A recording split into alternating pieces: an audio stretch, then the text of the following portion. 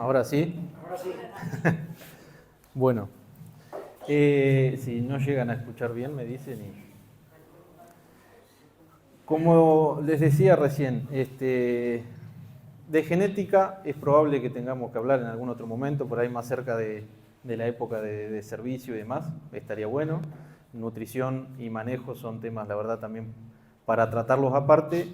La idea de esta charla era centrarnos más que nada en lo que es la sanidad del rodeo. ¿Y en qué pensamos cuando hablamos de sanidad? Yo traté de investigar y encontré estas dos clasificaciones de la sanidad que me parecieron bastante interesantes.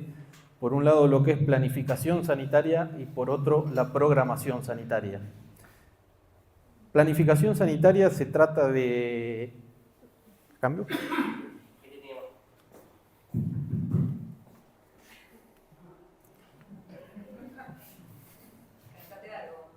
Hola, hola. Ahora sí. El karaoke al final. Bueno, como decíamos, la planificación sanitaria trata de algo a largo plazo. La definición que más me gustó de las que encontré es que es el proceso estratégico de definir objetivos, el alcance, recursos y métodos a largo plazo de lo que queremos lograr sanitariamente en la empresa o en el rodeo puntual del que estemos hablando. Y por otro lado, la programación sanitaria. Y la programación sanitaria es algo más a corto plazo, algo más puntual, y trata de la ejecución táctica que asigna tiempos, fechas, responsables específicos, ya sea la gente que trabaja en el campo, el veterinario, el que vaya a llevar a cabo las tareas, con la idea de crear un cronograma. Como decíamos, en planificación definimos objetivos y metas, siempre pensando a largo plazo, qué queremos evitar que nos suceda, qué enfermedad queremos evitar que entre al rodeo, o si entró, qué enfermedad queremos prevenir o erradicar del rodeo. Después, en planificación tenemos que tener en cuenta los análisis de riesgo y contingencia. El año pasado fue un año en que cualquiera había planificado un montón de cosas y después se llenó todo de agua y fue muy difícil. Y bueno, muchos campos no se completaron tareas, se hicieron las cosas a medias. Por eso siempre es necesario tener en cuenta aspectos climáticos o independientes de la empresa que puedan llegar a ocurrir por fuera de la planificación y que puedan terminar afectando todo esto que tenemos planificado. Y después, determinar los recursos, costos y presupuestos. Cuánto más o menos pienso gastar en sanidad, cuánto estimo que me puede llegar a salir, cuánto puedo perder si no aplico la sanidad, y eso es un factor importante a la hora de terminar de decidirlo.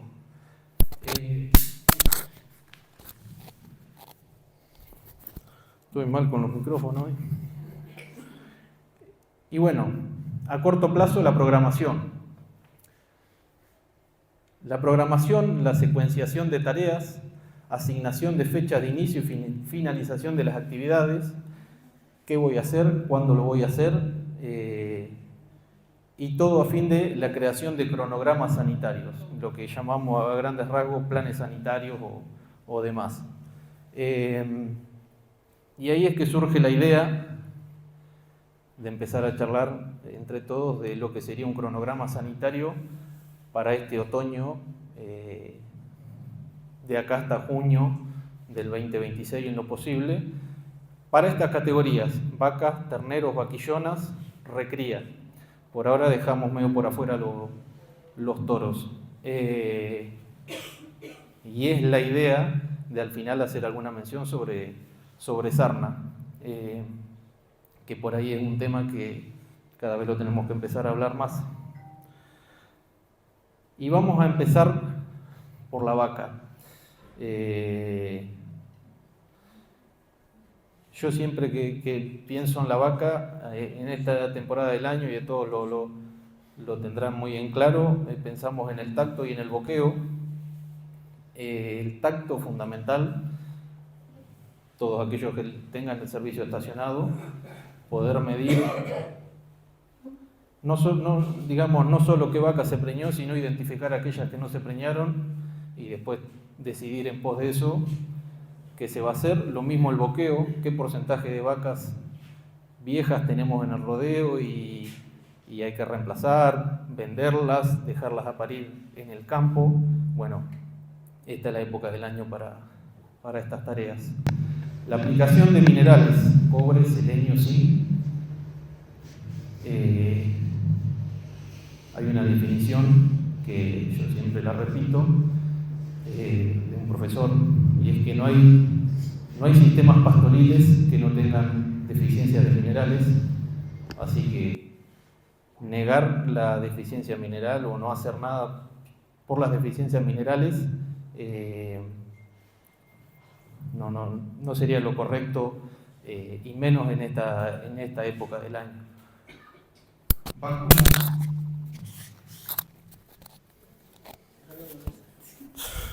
Ahí va a quedar. Vacunas para esta época. La vacuna reproductiva, muchos habrán escuchado por ahí hablar de una vacuna compuesta que previene leptospirosis, diarrea viral bovina, IBR y campilobacteriosis. Algunos la usarán, otros no, por ahí la pueden empezar a usar. Es una vacuna que está más indicada para lo que sería el preservicio, o sea, en septiembre, octubre, pero hay productores o veterinarios que les gusta en esta época, de este momento en que la vaca pasa por la manga, hacer un refuerzo con esta vacuna o con la vacuna de leptospirosis sola, con la finalidad de prevenir las pérdidas de la gestación del último tercio. Vacuna de diarrea neonatal, más para finales del invierno y antes del parto, y, como decíamos, tratamientos tempranos de sarna. Y esto es más o menos un cronograma que ayuda por ahí a lograr eso que decíamos de organizar las tareas y asignar tiempos.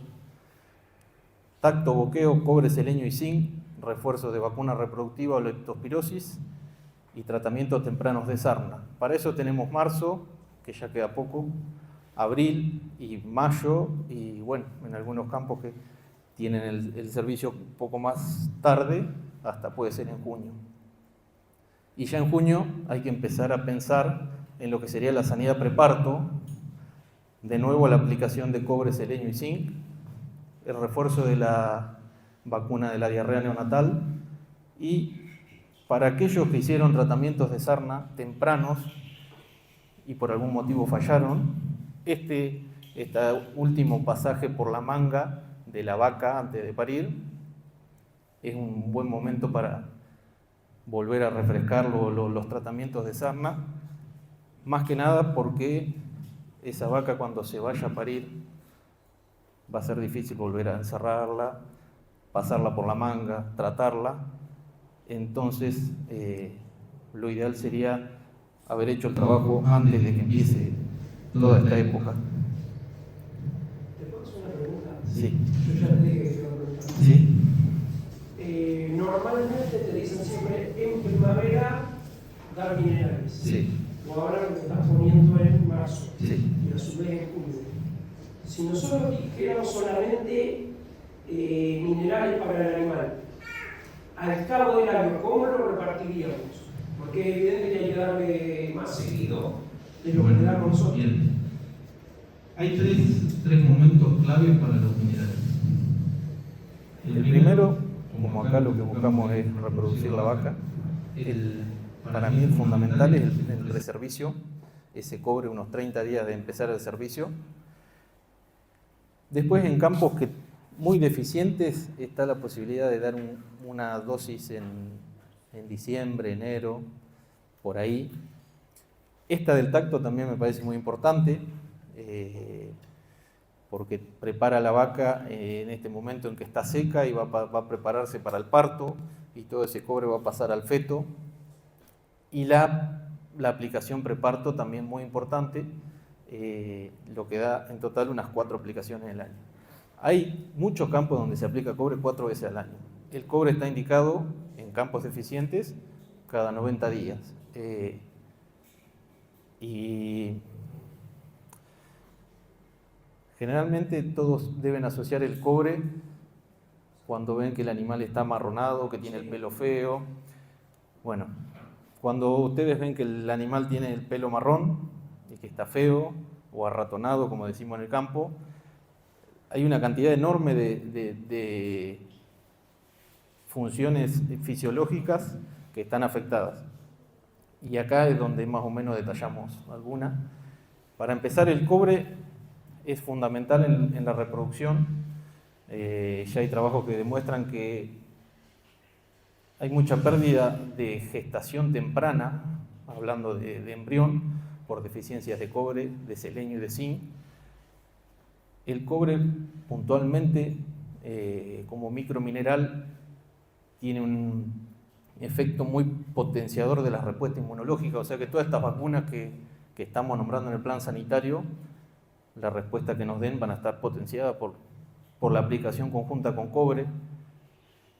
Desarrollo y crecimiento, pensándolo en un ternero, en la recría, el cobre está ligado directamente a la síntesis proteica, la carne es proteína, la deficiencia de cobre tiene un impacto negativo grande en el desarrollo del ternero.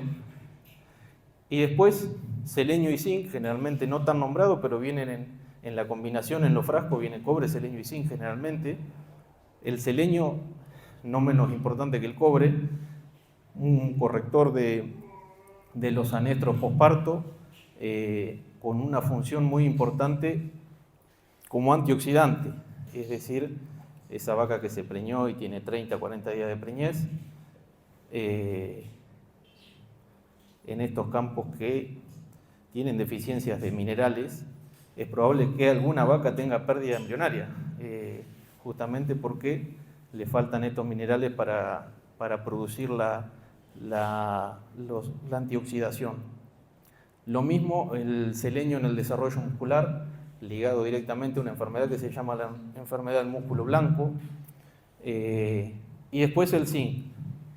Pensándolo, en el toro el zinc tiene un impacto muy grande en la calidad espermática.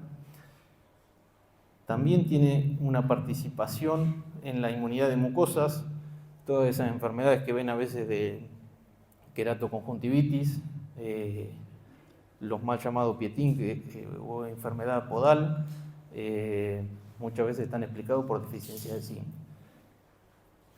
Y después el zinc, una participación importante en mitigación del estrés, por ahí pensado en esta época de los destetes, aquellos que se guardan el ternero, tener suplementado con minerales hace una diferencia importante en cómo el ternero se comporta en el estrés. Ahora con el ternero armé un cronograma un poco más cargado. Ya todos conocen las vacunas clostridiales, la famosa mancha, gangrena, enterotoxemia y todo ese conjunto. Vacuna respiratoria, no sé si algunas la utilizan, otros no la han utilizado, en conjunto con queratoconjuntivitis. De nuevo, minerales, antiparasitario, y como vamos a hablar del ternero al pie de la vaca, lo que sería la yerra señalada, marcación, destete. Y ahora que veníamos hablando de cobre y desarrollo, yo busqué este trabajo es de Colombia, no es de Argentina, pero por lo visto los minerales faltan en toda América y en todos los sistemas pastoriles. En este trabajo lo que hicieron fue comparar 3 grupos de terneros, T1, T2 y T3. A T1 no le dieron cobre, no le dieron nada, lo dejaron naturalmente en pastoreo. A T2 le dieron un cobre de alta calidad, que no voy a decir la marca ni nada, va a quedar ahí. Y a T3 le dieron un cobre de calidad intermedia. Los pusieron todos juntos a comer pasto y midieron en el tiempo el desarrollo y la ganancia de kilos. T2, que es la línea superior con cuadraditos, fue el que mayor ganancia tuvo en el tiempo, por encima de T2, T3 y T1. Eso medido en porcentaje. T2, que es este cobre, llamémoslo bueno, o de calidad superior, hizo que esos terneros ganaran 19% más de peso que los terneros no tratados. Y el T3, que era un cobre de calidad intermedia, logró un 15%. Más o menos ahí se ve destetar un ternero de 230 kilos versus destetar un ternero de 260 kilos, 270. Hoy en día toda esa cantidad de kilos, con el precio que tiene y al valor que tiene un frasco de cobre, hace una relación bastante interesante. Otro tema que muchas veces cuando estamos acá en la COPE nos preguntan, tengo que empezar a dar una vacuna, le tengo que dar 2 dosis, le tengo que dar 3. Y entonces yo hice esta clasificación de vacuna muerta o inactivada, o vacuna viva o atenuada. Cuando hablamos de vacunas muertas, hablamos de vacunas como ser la respiratoria, la clostridial, la reproductiva, vacunas en que la gente está prácticamente desarmado, entonces tiene una respuesta del sistema inmune un poco más tranquila, y por eso cuando ustedes leen el marbete del frasco indica tratar de dar 2 dosis separadas de 25 o 30 días y en lo posible una tercera dosis. Entonces yo puse este otro trabajo donde el de arriba, en el gráfico, ven la aplicación de 1, 2 y 3 dosis de una vacuna. En la primera dosis lograron el comienzo de la inmunidad con un pequeño pico. En la segunda dosis un pico un poquito mayor, y con la tercera dosis mantuvieron la inmunidad bastante elevada y por más tiempo. Y por otro lado, abajo, las vacunas vivas o atenuadas, por ejemplo la brucelosis, una vacuna que todos saben que se da una vez en la vida a la ternera y no se le vuelve a dar. Bueno, estas son estas vacunas que con una simple dosis generan una respuesta alta y prolongada en el tiempo.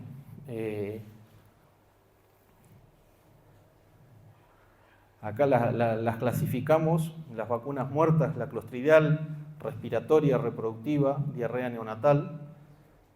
Son todas esas vacunas que cuando empiecen a usarlas, si no las usan, en lo posible la idea es empezar con este esquema de doble dosis de vacunación para lograr el objetivo inmunológico. Y por el otro, las vacunas vivas, carbúnculo, brucelosis. Eso que hablábamos ahí de la primera, la segunda, la tercera dosis, se conoce en inmunología como efecto booster o refuerzo. Y de nuevo, un pequeño pico con la primera dosis, un segundo pico de anticuerpos y un tercer pico y prolongación en el tiempo con la tercera dosis. Y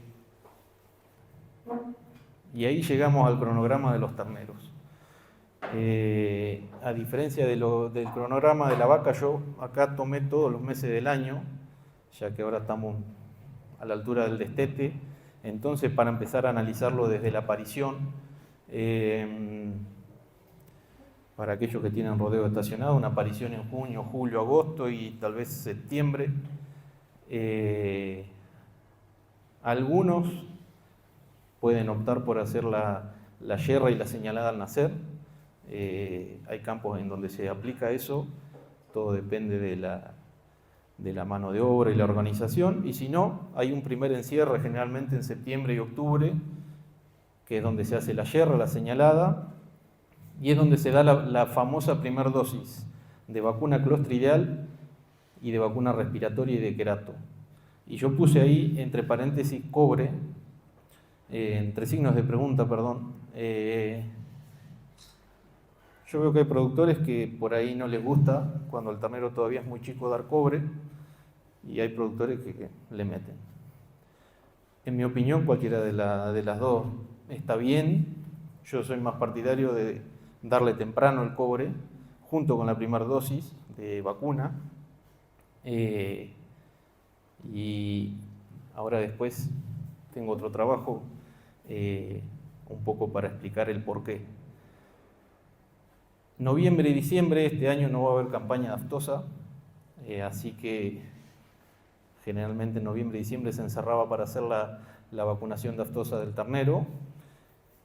Va a haber que encerrar igual. Aquellos que por ahí tengan una aparición más extendida, por ahí tendrán que hacer repaso de capar a aquellos terneros que no habían nacido todavía. Y de nuevo, a los 25 o 30 días, la segunda dosis de vacuna clostridial, respiratoria y de queratoconjuntivitis. Y de nuevo, para aquellos productores que por ahí, cuando el ternero es muy chico, prefieren no aplicarle el cobre, bueno, acá está la oportunidad de aplicar el primer cobre. Y ya pasando a lo que sería el año siguiente de la vida del ternero, en enero generalmente no hacemos nada.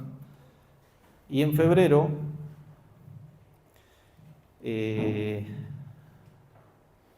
muchos acá destetarán el ternero y quedará en el campo, otros lo cargarán y lo venderán en el otoño. Cualquiera de las dos opciones, y sobre todo para aquellos que se quedan el ternero recría en el campo o la ternera que queda para reposición, febrero es un mes importante para empezar a preparar el destete. ¿Cómo? Con la tercera dosis de vacuna clostridial, la tercera de respiratoria y querato, de nuevo cobre. Esta sería la segunda dosis de cobre en la vida del ternero y por lo menos va a ser un mes antes del destete. Antiparasitario, un tema un poco más fino.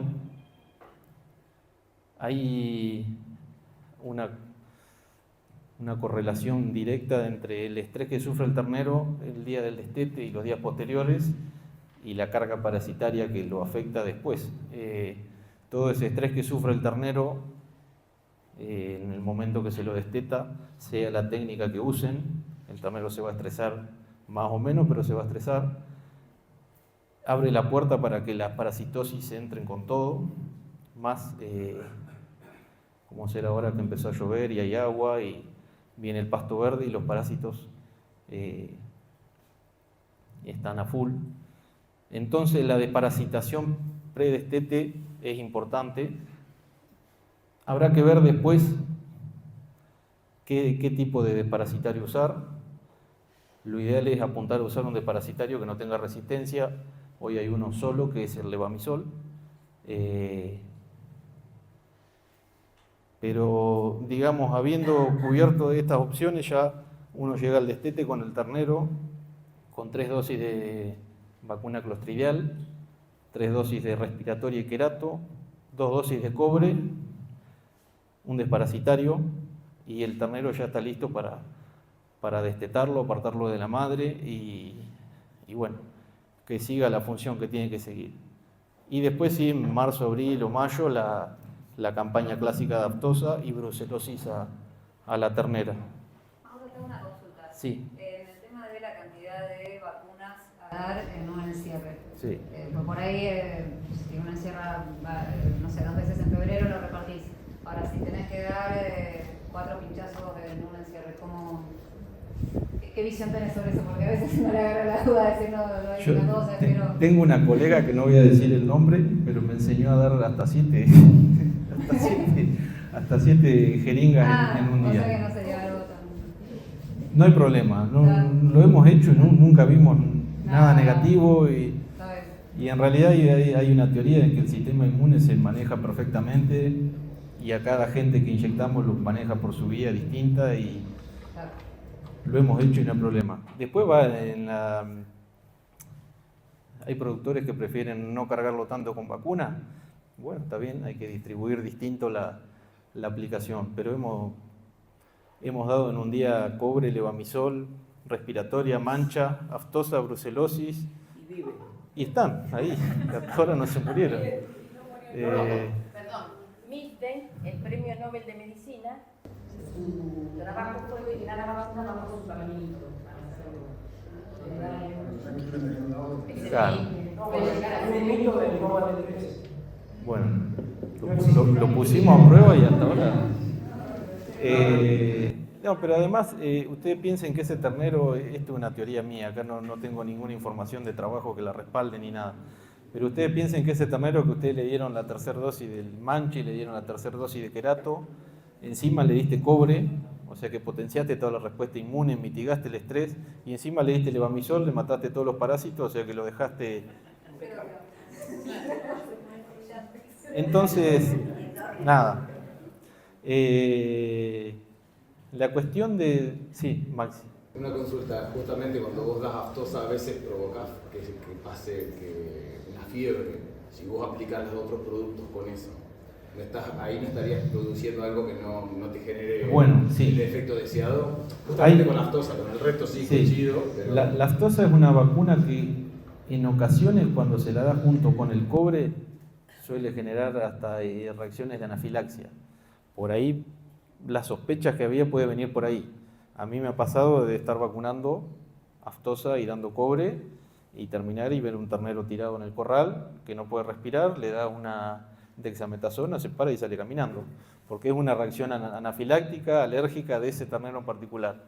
Sí, es del adyuvante, de claro, lo que acompaña. Es de uno de los componentes de la vacuna aftosa cuando se encuentra con los principios activos del cobre. No quiere decir que no va a pasar. Me ha pasado y algunos lo salvé, otro no. Puede pasar, pero de nuevo lo mismo. A mí me pasó 2 veces, uno lo salvé y otro no, en una cantidad grande de terneros que lo hemos hecho. Yo se lo he aplicado a una susceptibilidad más puntual del animal y no a algo a nivel rodeo. Las alergias son un mundo aparte en la inmunología y nunca se las termina de entender. Pero de hecho después me ha pasado, el ternero que se me murió, lo salvé una vez y a otro encierre le dimos un levamisol, creo que solo, y se murió ese día. Se fue y dijimos, listo, si zafó una vez no le va a agarrar más, y al otro día fuimos y estaba muerto en el potrero. Son individuos que son alérgicos o sea, se vuelven alérgicos a casi todas las aplicaciones después. Pero en mi experiencia es siempre la minoría. Pero bueno, por ahí redondeando la idea, esto de aplicar tantas cosas el mismo día y demás puede ser controversial, no lo vamos a discutir, hay gente que no le gusta y demás, pero la realidad es que hay veces en el campo que tenés que aprovechar el día. Tenés que aprovechar que pudiste encerrar, que te prestaron la manga, que conseguiste los empleados, los ayudantes, y no en todos los campos se puede encerrar todos los días. Entonces es a tener en cuenta a la hora de organizarlo, llevar a cabo las tareas y siempre que se trabaje a conciencia y con las normas del bienestar animal, no suele pasar a mayores. Bueno, la anteúltima categoría, la vaquillona. Acá yo empecé a escribir pensando no en una vaquillona de servicio de 15 meses, sino en una vaquillona que va a ir a su primer servicio ahora en junio, julio. Es una vaquillona que de todo el año pasado se recrió y ahora en junio, julio va a recibir primer servicio, ya sea por inseminación artificial o servicio natural. Las tareas fundamentales en las vaquillonas: tacto preservicio y clasificación. No sé si hay muchos productores acá que hagan el tacto preservicio en la vaquillona. Ahora vamos a hablar un poco más de tacto preservicio, pero una tarea fundamental. Cobre, de nuevo, selenio, zinc.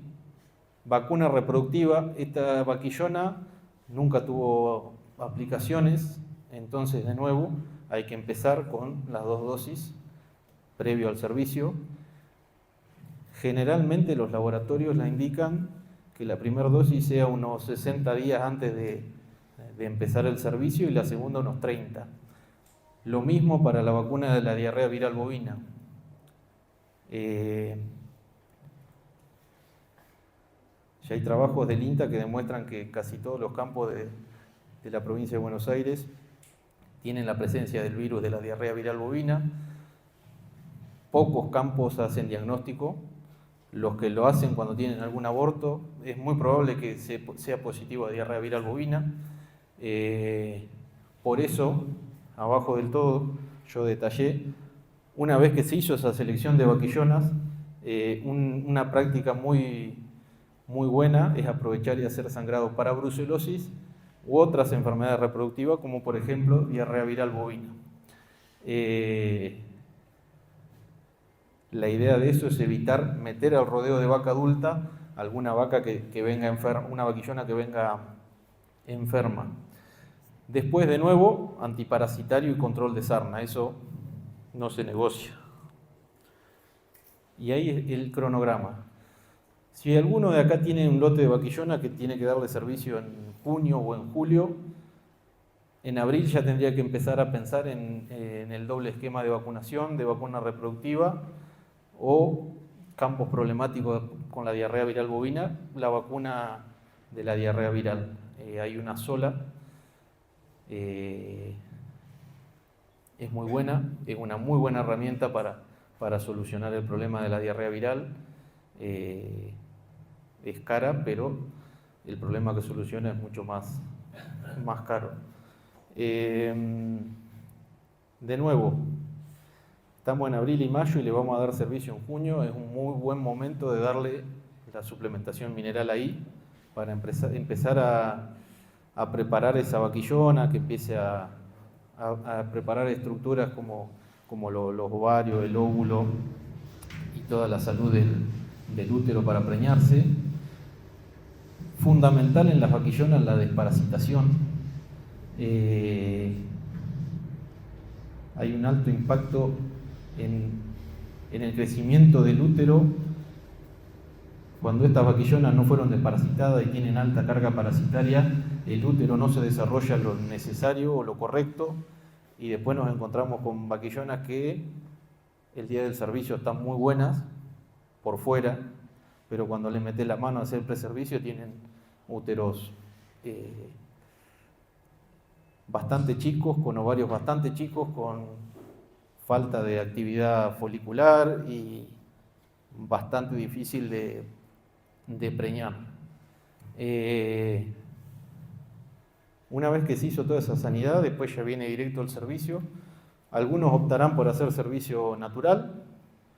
El preservicio se puede hacer mucho tiempo antes, se le mete la mano, se clasifica, la que tenga algún problema en particular o que no cumpla con los estándares, se va, la otra se queda, y después estarán los que deciden hacer inseminación artificial para la vaquillona. Una idea muy interesante con esta vaquillona es hacerle un protocolo de tiempo fijo en junio, inseminarla, y a los 35, 40 días, ya julio, hacer una ecografía y en lugar de echarle un toro a repaso, hacer una resincronización de aquella vaquillona que no se preñó en la primo-inseminación. Si estuviéramos hablando de un rodeo de 100 vaquillonas y más o menos no fue bien, y en la primera inseminación preñamos 50, el 50%, nos van a quedar unas 50 vaquillonas vacías. Las volvemos a sincronizar y si volvimos a hacer las cosas bien, preñamos el 50%, que son 25. O sea que en un mes y medio preñamos el 75% de las vaquillonas con una pajuela de semen de un toro probado de facilidad de parto, y que no quiere decir que no tengamos problemas, pero reduce bastante las posibilidades de problemas al parto. Y si no, servicio natural de 2, de 3 meses, eso se decide en base a cada empresa.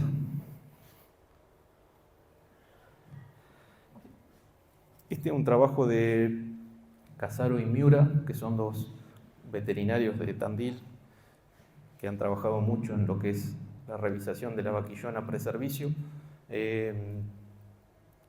Cuando nosotros hacemos el preservicio, buscamos detectar dos cosas. Por un lado, aquella vaquillona que deben haber escuchado hablar alguna vez del síndrome de Free-Martin.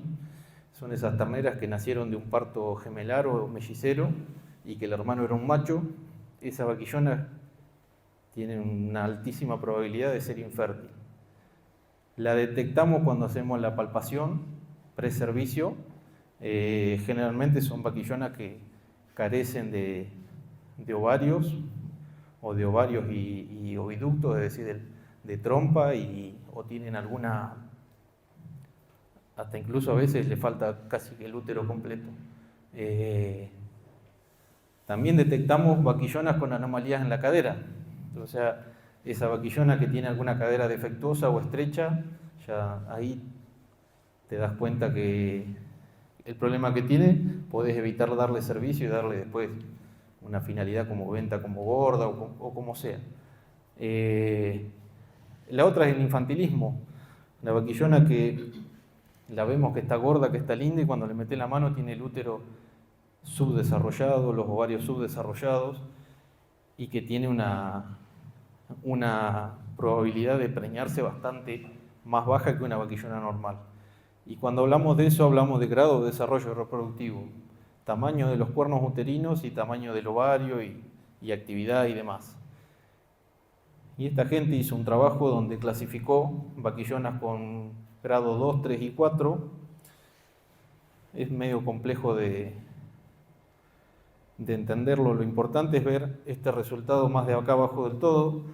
Aquellas vaquillonas de grado de desarrollo reproductivo 4, es decir, las que mejor útero tenían y las que mejor ovario tenían y las que mejor desarrollo tenían, se preñaron el 74% en el primer mes y el 14,9% en el segundo, y la preñez global fue del 89%, versus 84 y 80, que eran vaquillonas con úteros bastante subdesarrollados comparado con esta, y no solo que se preñaron menos, sino que se preñaron con una distribución distinta. Entonces, como para cerrar la idea de por qué insistimos tanto en hacer el tacto preservicio en la vaquillona, si nos vamos a guardar 50 vaquillonas, tenemos escasez de pasto, estamos medio jugados con la superficie, esta es una herramienta que te permite seleccionar esa vaquillona que realmente se merece quedar en el campo. Y no solo eso como impacto a corto plazo, como impacto a largo plazo estamos dejando afuera del rodeo todas esas vaquillonas que tienen una fertilidad disminuida por cualquiera de todos estos motivos. Entonces, con el correr del tiempo, si seguimos haciendo reposición propia, vamos potenciando la capacidad reproductiva del rodeo, vamos dándole lugar cada vez más a la vaquillona más eficiente y vamos dejando afuera a aquella que no cumple con las expectativas que tenemos. Por último, la recría. Recría puede ser que se guardaron terneros de destete, puede ser que se guardaron solo las terneras que van a ser de reposición, o puede ser un campo, puede haber alguien que compra ternero de destete y hace ciclo completo, hace recría y engorde. En la recría es fundamental las parasitosis. Ya todos deben saber que en recría tenemos un problema grande con los parásitos gastrointestinales. Tenemos alta resistencia a ivermectinas, tenemos alta resistencia a doramectinas y bueno, después tenemos los benzimidazoles que andaban bien y por ahí ahora tienen resistencia, y nos queda el levamisol, que es el único fármaco que prácticamente no tiene resistencia. Entonces es donde surge otra herramienta importante en la recría, que es el HPG, que es el recuento de huevos por gramo de materia fecal, y que nos permite, con un análisis muy sencillo, que es tomar unas muestras de bosta de un porcentaje chico del rodeo de terneros, determinar qué carga parasitaria hay en el rodeo y determinar si hace falta o no usar desparasitario y determinar qué desparasitario usar. Es una técnica muy sencilla, a veces hasta no hace falta encerrar los animales. Si uno anda recorriendo y está en el callejón y ve que postea alguno, toma las muestras, siempre con una bolsita de plástico, tratando de que no entre aire, sellada, en una heladerita, una conservadora. No hace falta que tenga conservantes ni nada, solamente que esté ahí cerrada, se lleva al laboratorio y se hace el análisis de HPG. Eso nos ayuda mucho si vamos a desparasitar, saber si es necesario y saber qué producto usar puntualmente.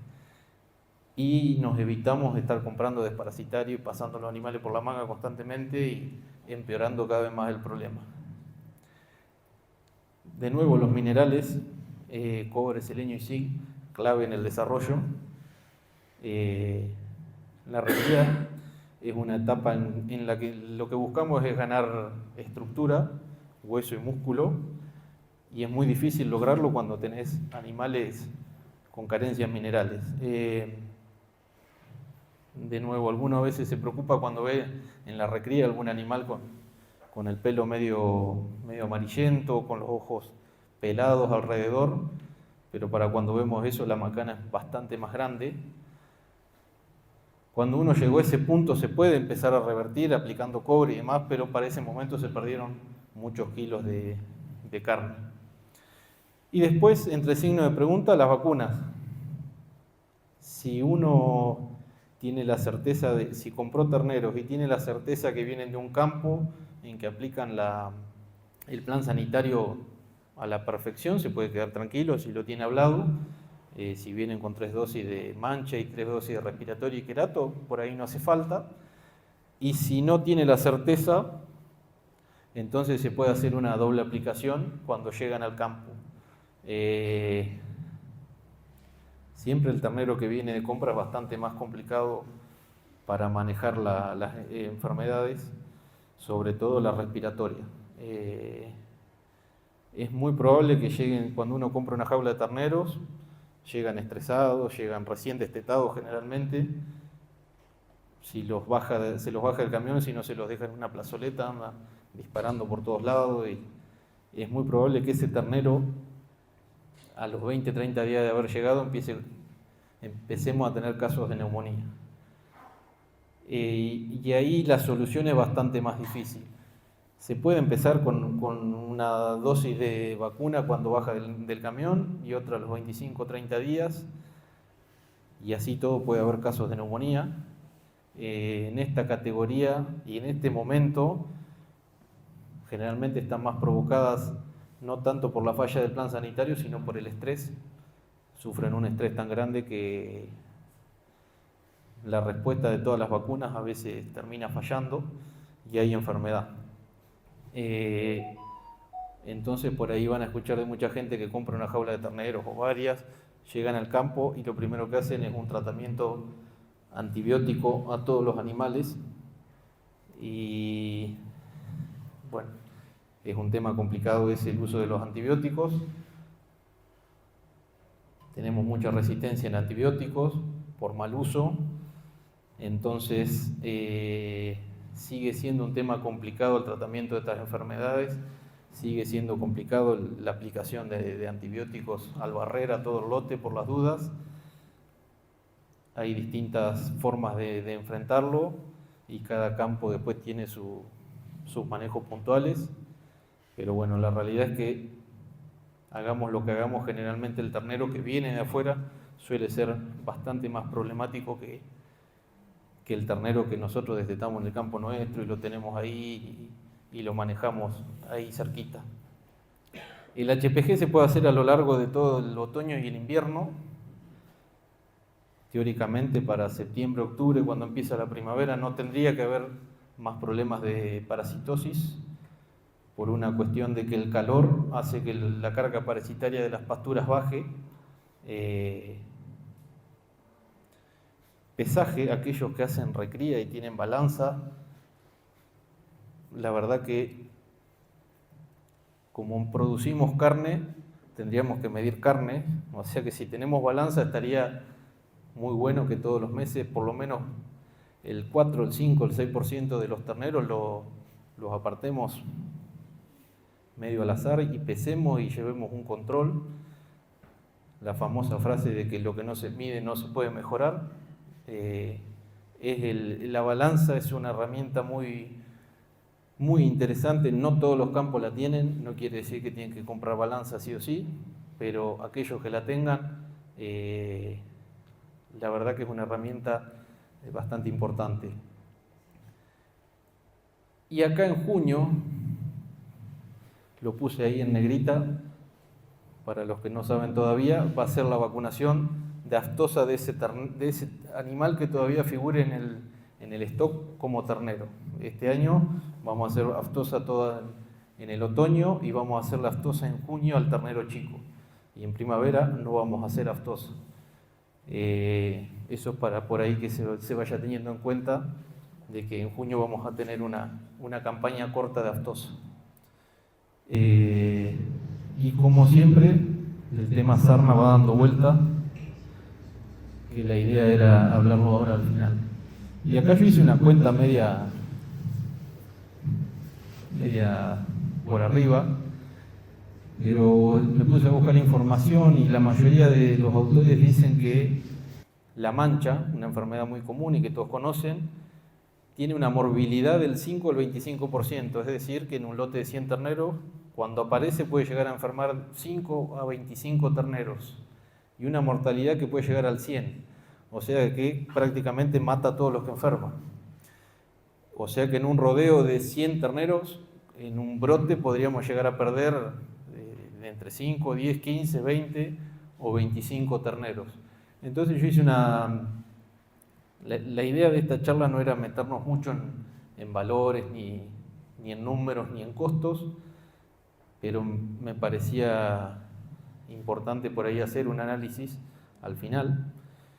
Y en el caso de que tengamos 100 terneros y queremos hacer este esquema de 3 dosis de vacuna al pie de la madre, los frascos de vacuna clostridial vienen para 50 dosis.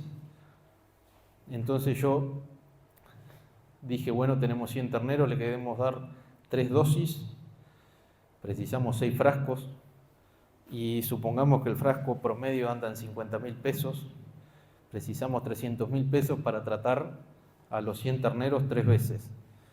Y después calculé un ternero promedio que, sin meternos mucho en cuánto pesa y en cuánto hizo y qué sé yo, pero supónganse un ternero que vale 1.250.000 pesos. Y supónganse que de los 100 terneros salvamos uno. Con un ternero que salvemos, pagamos el costo de las 3 aplicaciones y nos sobra un poco de plata. La idea de esta cuenta media así por arriba y no muy detallada era por ahí evidenciar que siempre el costo del plan sanitario va a ser el costo más bajo de la empresa ganadera, muy por debajo de nutrición, muy por debajo de genética y muy por debajo de lo que es infraestructura y administración. Entonces, cuando por ahí yo vengo y les propongo esta idea de darle 3 dosis de cada una al ternero y qué sé yo, por ahí parece mucho, pero el impacto positivo que tiene es bastante mayor al costo. Lo que siempre llamamos como una relación costo-beneficio muy a favor de la sanidad.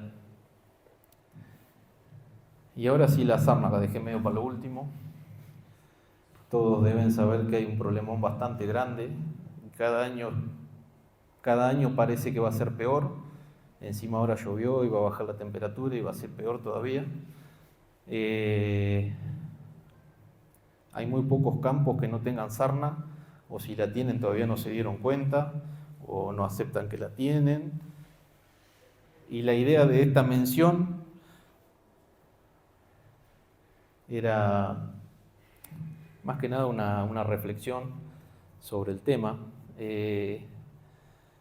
Y últimamente los veterinarios estuvimos hablando entre nosotros y medio que todos llegamos a la conclusión de que es un problema grave y que hay que empezar a hacer algo. Y medio que todos coincidimos en algunos aspectos a tener en cuenta.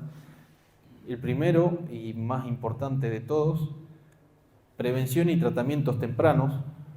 Antes la sarna era una enfermedad de invierno, ahora se han visto casos de sarna en pleno enero, con 40 grados de calor, que no era muy común antes, hoy lo hay. Entonces surge esta idea de empezar con los tratamientos tempranos, la prevención temprana, con una frase que dice que con la misma cantidad de fármaco se tiene que combatir menor cantidad de ácaros cuando se empieza con tiempo. Y en una época en la que el ácaro es mucho más susceptible. Es mucho más fácil matar la sarna ahora que matarla en pleno junio, pleno julio, con humedad y con frío. La segunda reflexión son los tratamientos correctos, con productos no solo probados, sino también en lo posible aprobados por SENASA, a la dosis correcta, eso es fundamental, y a la totalidad del rodeo. Un animal que se queda fuera del corral el día en que hicimos el tratamiento, y a los 10, 15, 20 días tenemos sarna de nuevo. Productos aprobados. El aceite quemado no mata sarna. El querosén no mata sarna. Y el gasoil no mata sarna. Y si se los mezcla tampoco la mata.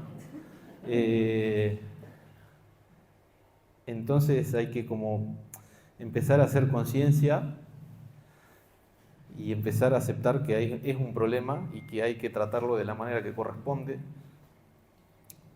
Yo soy relativamente chico todavía, pero tengo todavía esos recuerdos de ver los toros todos pintados con aceite quemado. Probablemente todas esas prácticas son las que permitieron que la sarna vuelva. No es cuestión de buscar culpable ni nada, pero hay que ser medio reflexivos con el tema. Otro detalle, la prevención conjunta con el piojo.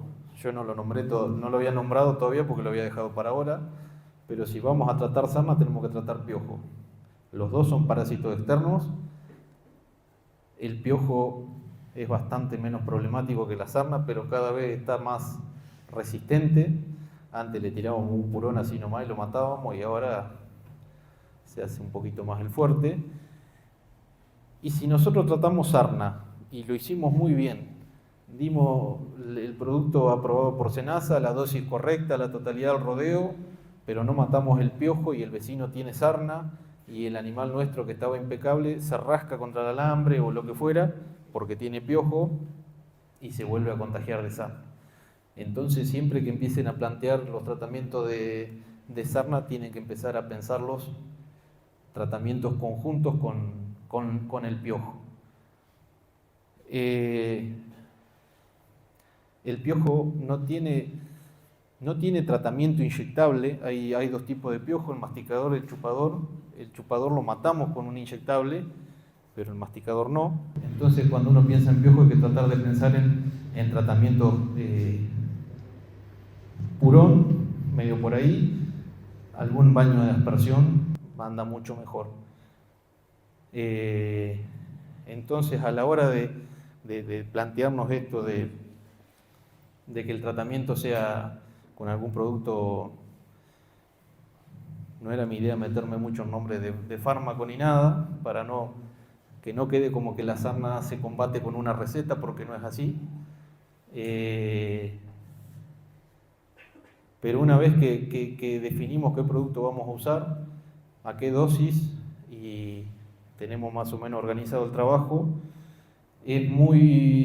funciona muy bien cuando se utiliza algún producto inyectable para sarna y algún baño de aspersión con una mochilita de fumigar. Matamos piojo, matamos sarna, y si encima lo hacemos temprano, nos vamos previniendo un problema a futuro. Y por último, la concientización. Con cualquier cliente que yo hablo, todos me dicen, yo mato la sarna, pero el vecino no. Así que por ahí es una cuestión de empezar entre todos a hablar del tema, a no negarlo, a aceptar que hay sarna, a aceptar que es un problema grande, que da muchísimo trabajo combatirla. Hay que saber que se puede, o sea, se puede erradicar la sarna, es trabajo, pero probablemente el camino correcto sea empezar a entre todos concientizarnos de que es un problema, que ya es un problema de ahora, del presente, y probablemente vaya agravándose. Perdón, pero ¿y con qué la controlar? ¿Un estable con la ivermectina? ¿Con qué lo controlar? Y si lo doy muchas veces, no es que también que lo puedo hablar como... Bien. Perdón. La ivermectina era el fármaco que se usaba de cabecera. Vos usabas ivermectina y te daba resultado. Hoy es muy probable que si das ivermectina la estés tirando a la basura. Hay otra droga que es de la familia de la ivermectina, que son los famosos endectocidas, que es la doramectina. Y ahí hay una discusión muy fina con la doramectina, porque si la usamos y nos da resultado, bárbaro. Si la usamos y le erramos en algo, empezamos a generar resistencia con la doramectina. Eso, si lo logramos seguido, tendremos resistencia. Bueno, yo tengo la teoría de que si las cosas se hacen bien, no tiene que haber resistencia. ¿Cuándo va a haber resistencia? Cuando nos quedó un animal afuera o cuando subdosificamos. Ahí va a empezar la resistencia. Parece muy sencillo decirlo acá, pero hay campos en que se sale a encerrar y es muy normal que quede un animal afuera. Acá nosotros por ahí estamos en una zona en que los potreros son bastante bien delimitados o demás, pero hay zonas de cerro o hay zonas de monte, y parece mentira, pero es muy normal que se quede una parte del rodeo afuera. Bueno, ahí es donde empieza la resistencia. Yo creo que si el trabajo se hace bien, si la dosis es correcta, Y si le doy de menos, obviamente. y si le das de menos, ese ácaro que vos no mataste, lo hiciste más fuerte. Y ahí empieza el problema. Después hay un debate muy grande por delante con el tema de la sarna y los tratamientos. Hoy hay algunos remedios nuevos que teóricamente andan bastante bien, tienen un costo por ahí superior, pero la realidad es que si resuelve el problema, el costo pasa a segundo plano. Perdón, con la ivermectina y la doramectina, la dosificación correcta y todo lo demás, y la solucionás, y la combatiza. Bueno, con la ivermectina capaz que no. Con la doramectina sí, si lo hiciste bien, incluso si leen el marbete del frasco de doramectina, hay algunos que indican que a los 10 días habría que repetir. Y lo que pasa es que generalmente no en todos los campos a los 10 días se vuelve a encerrar y se le vuelve a dar. Pero haciendo lo que dice el laboratorio, porque para que el frasco diga que es un producto aprobado por SENASA, SENASA demostró que ese producto mata la sarna y no tiene resistencia y demás. Pero lamentablemente hay que cumplir a rajatabla lo que indica el laboratorio. El levamisol que lo nombraste ahí. Sí, el levamisol es para parásitos gastrointestinales y pulmonares. No mata sarna, no mata piojo, nada. Es para parásitos gastrointestinales, no tiene resistencia, es lo mejor. De nuevo, otra vez, siempre que lo usemos bien. Lo podés usar en cualquier momento de la preñez, porque la ivermectina en el último trimestre por ahí a veces no. Mira, ¿y vos te referís a ivermectina? La ivermectina en el último trimestre Sí. no es aconsejable por el tema de Sí. los abortos que se pueden provocar. Bueno, yo no me ha pasado de usarla y tener abortos, pero si vos lees el frasco, el marbete de la ivermectina, dice que está recomendado evitar usarlo en el final de la preñez. Pero de nuevo, esa es la idea de empezar con estos tratamientos tempranos, como estaba en el plan sanitario. Si vos empezaste a tratar sarna en febrero, todavía para la aparición te falta bastante, tenés más margen para usar productos. A medida que te acercás a la aparición se te achica el margen Y una vez que empezó la aparición, es una batalla perdida, porque mover una vaca recién parida, o que está por parir, o que tiene un ternero de 10 días, es todo un lío. Y el levamisol solo para parásitos internos. No tiene resistencia prácticamente, hay unos trabajos ahora de algunos lugares donde sí, pero de nuevo, si se lo usa bien, no tiene resistencia. Y es una muy buena herramienta. Pero siempre lo que es parásitos gastrointestinales, lo correcto sería que el tratamiento vaya acompañado del diagnóstico por HPG, para no tratar de gusto, para no subdosificar o cualquiera de estas cuestiones.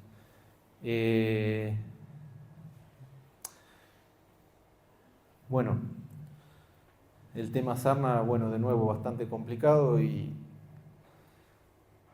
lo importante es empezar a hacer algo y empezar a aceptarlo y empezar a trabajar. Después yo estoy diciendo todo esto y capaz que el fin de semana caen de nuevo 200 milímetros y el año pasado se cayeron 500 en una semana y todos los planes quedaron en segundo plano. Pero probablemente sea mucho, digamos, se puede acercar uno más al éxito cuando tiene un plan que cuando está en el caos y no tiene nada. Entonces, ya medio llegando a la conclusión de la charla, la idea global por ahí de esta charla fue tener en cuenta estos tres aspectos: planificar, programar y prevenir. Yo tenía un profesor que nos decía, planificamos para salir del caos y entrar al error. Capaz que nos confundimos, pero por lo menos no estamos en el aire. Programar, decimos, en enero voy a hacer tal cosa, en febrero tal otra, en marzo tal otra. Después capaz que no lo pudimos hacer, pero por lo menos lo programamos.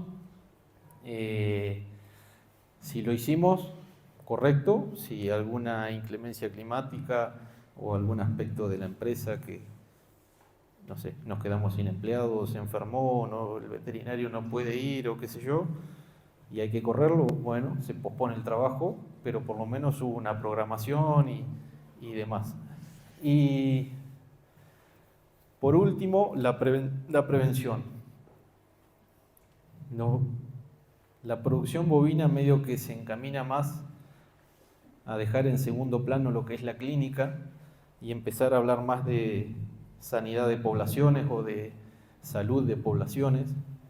Ya medio que nos estamos desenfocando en empezar a tratar hay que tratar el animal enfermo, hay que tratarlo, hay que curar el animal con neumonía, hay que curarlo, pero tiene mucho mayor impacto cuando hacemos sanidad a nivel poblacional, y eso es la prevención. Cuando tenemos un plan de vacunas, un tratamiento parasitario, un tratamiento de sarna, a nivel rodeo, eso es lo que mayor impacto tiene, no solo en la sanidad del rodeo, sino en los números de la empresa.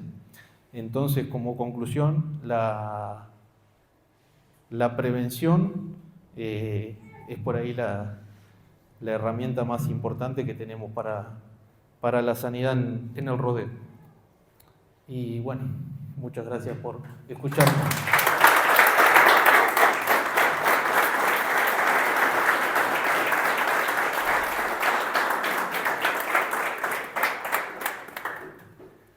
¿Alguno tiene ganas de hacer alguna pregunta o...? Si no, Facu hizo unos sándwiches tremendos. ¿Qué hago una? Sí. Cuando vimos el plan de las madres, Sí. hasta julio, Lo vamos a buscar. sí, porque si no me olvido. Un poquito más atrás, creo que no, eso. Ahí. Vos, por ejemplo, tenés un ternero nacido julio-agosto, el último que nace, según tu estacionalidad. En septiembre empezar a dar la primera clostridial. Sí. Le vas a dar un ternero que tiene 3 meses y le vas a dar uno que tiene 10 días. Sí. No pasa nada. Bueno, de nuevo, el frasco de mancha, el frasco de respiratoria y de quelato y dicen que hay que usarlo a partir de los 3 meses de edad.